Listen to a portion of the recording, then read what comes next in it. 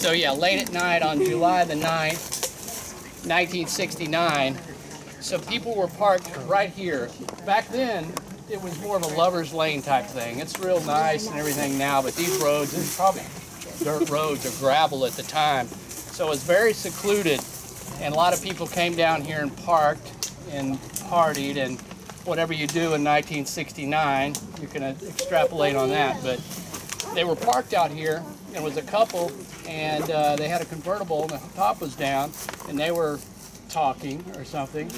And they said that something came out of the tree and jumped on the front of the car and tried to even grab the woman who was in the passenger side. And there was some other people parked, and you know, she started screaming, and then they started up the car and tried to take off. And they drove down to back to you know, that little road before you turn off to get into the nature preserve. Drove back there, and there's a little cafe down there. Where's your suit? They ran in there and had to use a payphone. And if you don't know what a payphone is, it was a thing where you could put a quarter in and make a call. A dime. A dime, yeah, that's right. So my age. And that, you know, that's what they had to do to call the police. My friend Bill Morris was sitting in the cafe, and he said he saw those people come in, and they were just, you know, white as sheet, freaked out. And they called the police and said something attacked us, and it jumped on the car. It looked kind of whitish. We think it had horns, and it might have had scales. We don't know what it was, but it was some kind of a monster. And the police scratched the side of the car.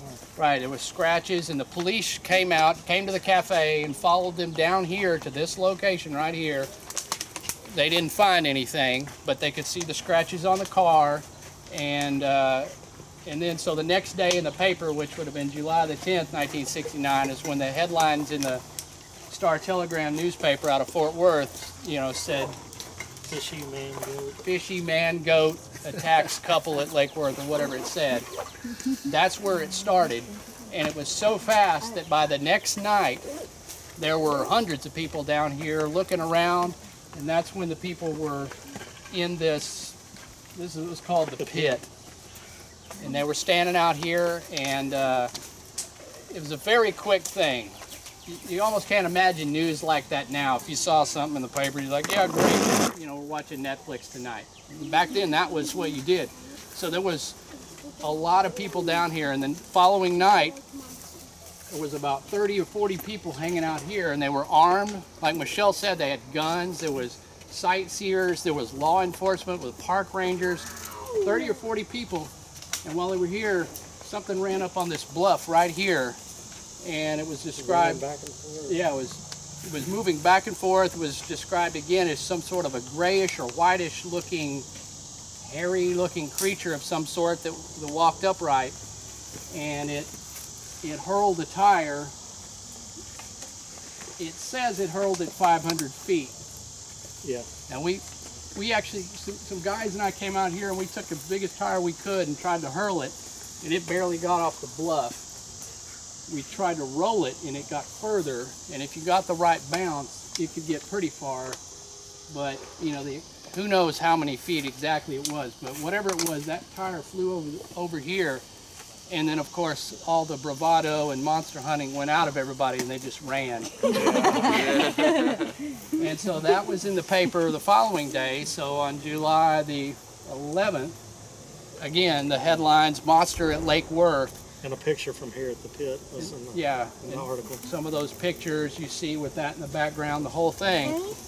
And you can look online and find those news articles, or I can post them later on this event. You can look back. But that's where it was, and that was in the Star-Telegram. Big, big news. And Sally Ann Clark rushed down here and, you know, interviewed people. Yeah, interviewed those people. We're very fortunate she did that, because that's what carried on the story, and those were the big events. So both of those took place literally right here, and the other sightings that occurred as people continue to look, you know, we're up on Shoreline Drive. Alan Plaster took the photo. Down across here, somebody saw it over here. I can point out more locations when you walk around, but that's the story, and that's where it started. So if we were here the day after that first newspaper report came out, there was about this many or more people standing right here doing what we're doing. That's what they were looking at, this bluff. So there you have it.